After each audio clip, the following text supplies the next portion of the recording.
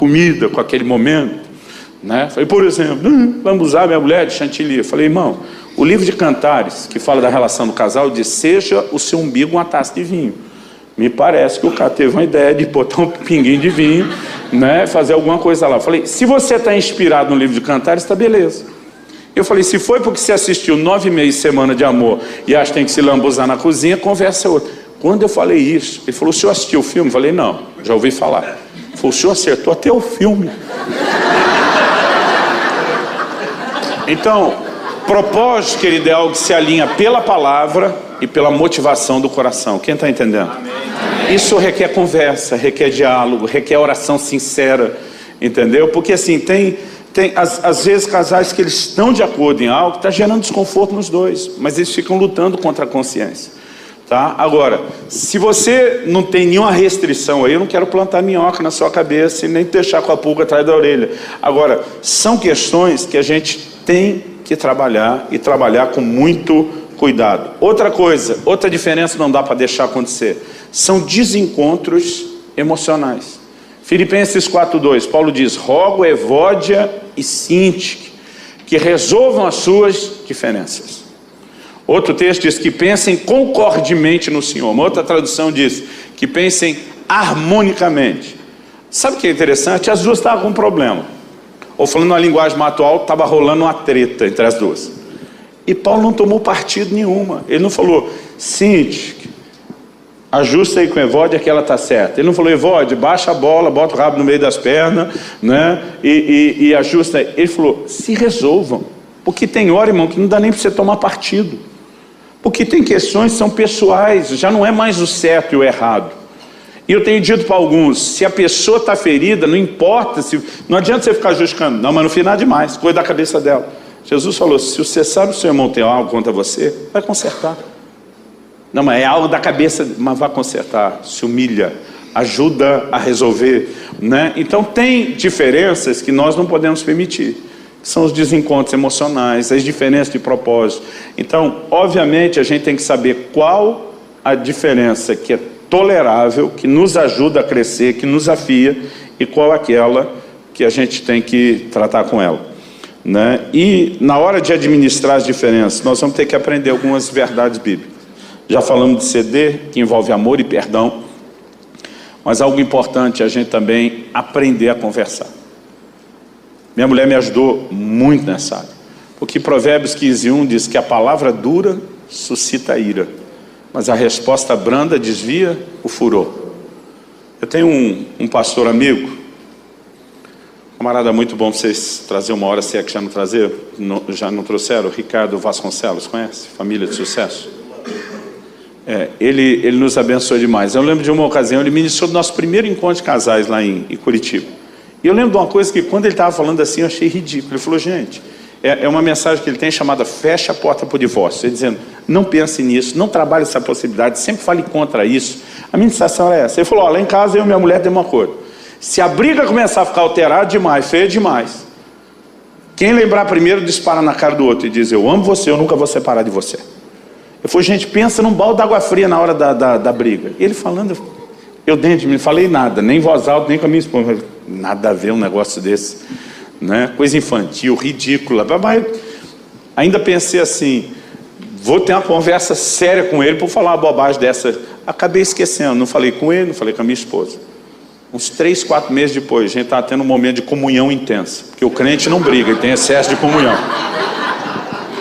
Eu comecei a levantar a voz, porque eu sou desses coléricos que não percebe já, botar empolgação demais. Minha mulher, ela olhou para mim assim, mas olhou bem no meu olho e ela disse, eu amo você e eu nunca vou separar de você. Falei, também te amo, vou separar de você, mas não é disso que nós estamos falando. Mas já deu uma... Aí eu fui insistir um pouco mais, ela olhou e falou de novo, eu amo você e nunca vou separar de você. Eu falei, também te amo, amor, também não vou separar. Gente, daqui a pouco a gente esqueceu até da briga, né? Existem coisas na forma de falar que você pode, a Bíblia diz, a palavra dura suscita a ira, né? O jeito de falar, irmão, você vai jogando lenha na fogueira.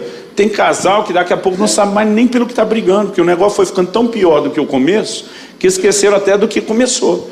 Mas a Bíblia diz, mas a resposta branda desvia o furor, né? Então assim, a gente tem que aprender a falar do jeito certo. A reclamação que as mulheres mais têm para os homens não é o que você fala, é como você fala. E eu lembro que minha mulher dizia isso, eu dizia, meu amor, não pode ser o como. Eu falei, se eu xingar você com a voz doce e gentil, tá tudo bem? Não. Eu falei, então não é só como, é o que e o como. Eu falei, até admitem o como, mas tem que ter o que. Mas na verdade eu lutava muito com esse negócio do como. Até que um dia eu estou lendo lá, Colossenses 4, 6. A Bíblia diz, seja a vossa palavra temperada com sal. Sal é um negócio assim na culinária, que se você pôr pouco, fica ruim. Se você pôr muito, fica ruim. Você tem que ser preciso, você tem que acertar a medida. E a Bíblia diz, tempere suas palavras com sal. Ou seja, acerte a medida. E diz, para saber, diz, como responder a cada um. Né? Então tem formas e maneiras de se falar as mesmas coisas. Lá em casa, algo que a gente vem trabalhando muito nos últimos anos, é você tentar falar de um sentimento e não de um fato. Amor, quando rolou aquela situação, meu sentimento foi esse. Não estou dizendo que você quis fazer isso. Não estou dizendo que intencionalmente foi o que você falou, mas a minha leitura e o meu sentimento, quando você falou isso, foi esse. Né? E à medida que a gente conversa dessa forma e acusa menos, as coisas melhoram. Né? Eu lembro que um dia eu fui chamar a atenção da minha mulher como pastor. A gente trabalha na mesma equipe. E eu lidero uma equipe da qual ela é parte.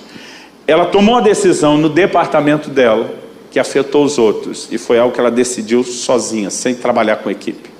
Eu falei, amor, nós vamos ter a reunião hoje. E não é porque você tem um caso comigo, que esse negócio vai passar batido. Eu vou ter que chamar a sua atenção lá na frente, nós vamos ter que arrumar isso. Então assim, prepara, lá é a equipe, não sou eu com o marido te dando bronca, né? Aliás, já estou avisando antes para você não ser pega de surpresa, eu vou falar isso, isso, isso, nós vamos arrumar assim. Eu lembro que ela olhou para mim e falou, olha, é tão mais fácil para mim quando você me prepara dessa forma.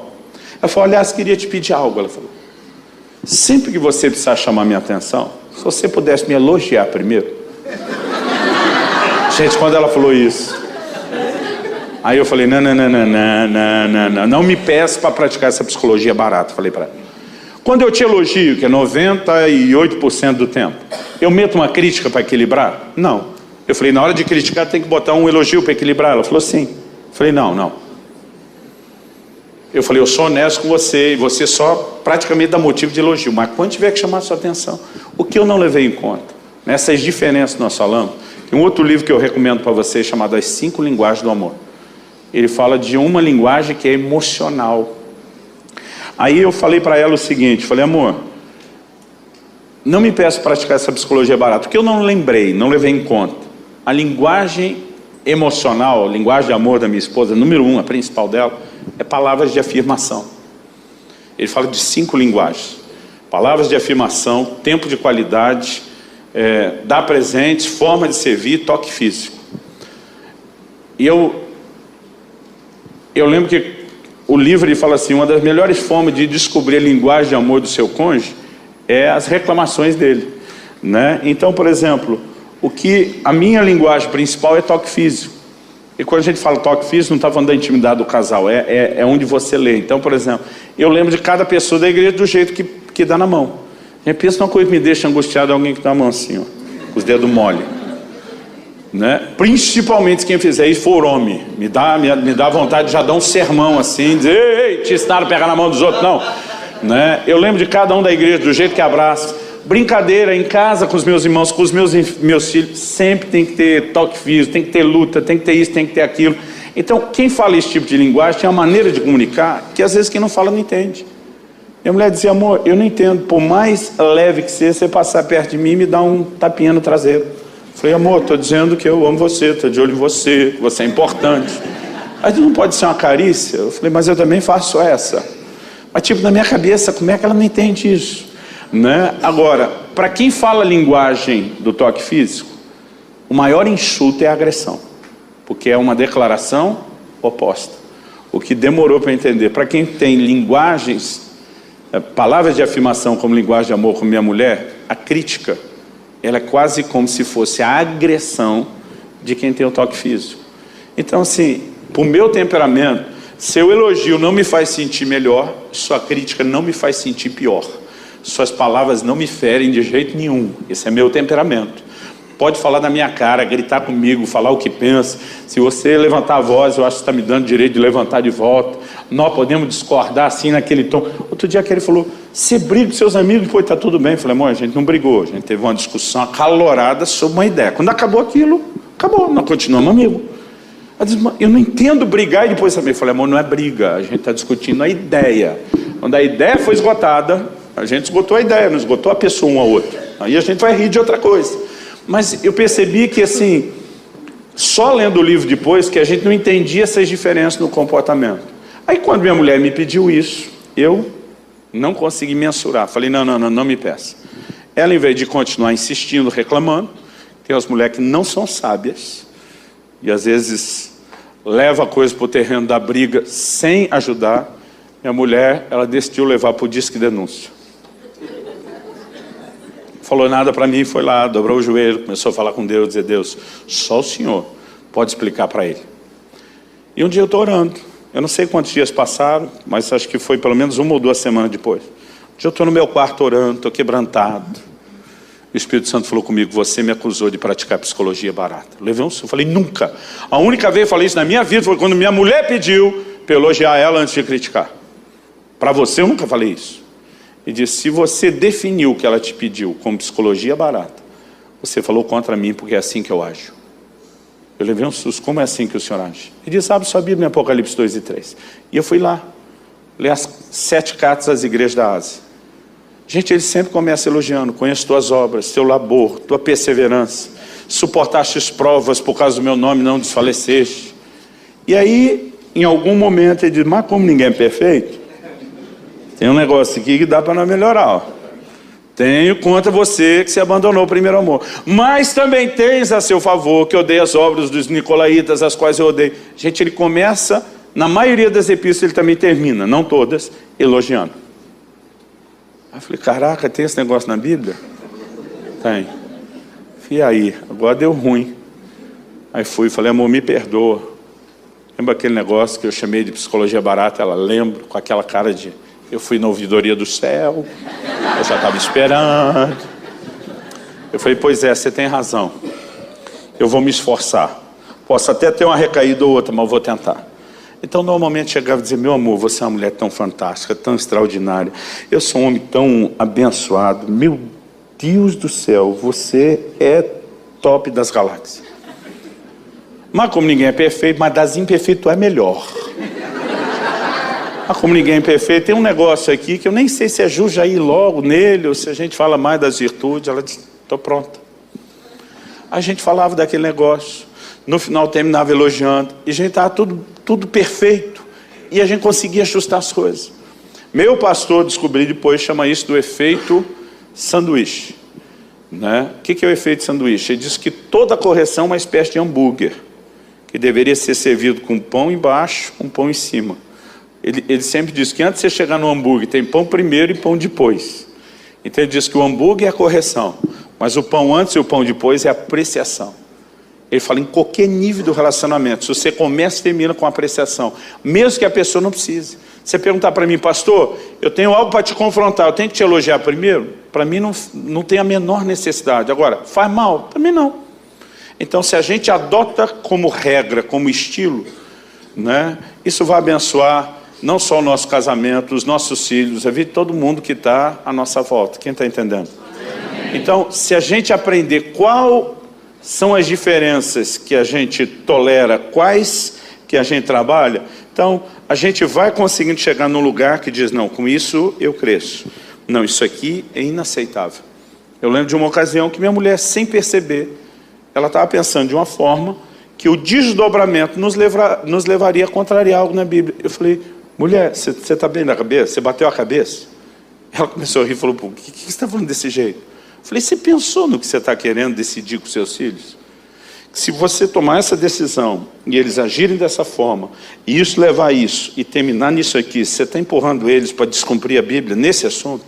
Eu falei, meu Deus, não pensei nisso. Eu falei, pois é, mas é assim que vai terminar. Isso é um propósito inegociável. Nós não vamos empurrar eles para fora do terreno bíblico. Não importa se você, como mãe, está com dó disso. Eu fico com dó da consequência deles quebrar o propósito. Então nós vamos segurar aqui. E nós vamos pensar como que nós vamos resolver esse seu sentimento aqui. Eu tenho uma sugestão que resolve só metade do problema, mas a gente pode pensar mais antes de decidir, porque talvez a gente ache uma coisa completa diferente, mas para fora do propósito nós não vamos. Tudo bem? Ela falou, tudo bem. Só de saber que você está preocupada, que o que eu sinto sobre eles é importante, já ajuda. E a gente conversa, e a gente ora, e nem sempre, irmão, dá para ter um negócio que é 100% deixando todo mundo feliz.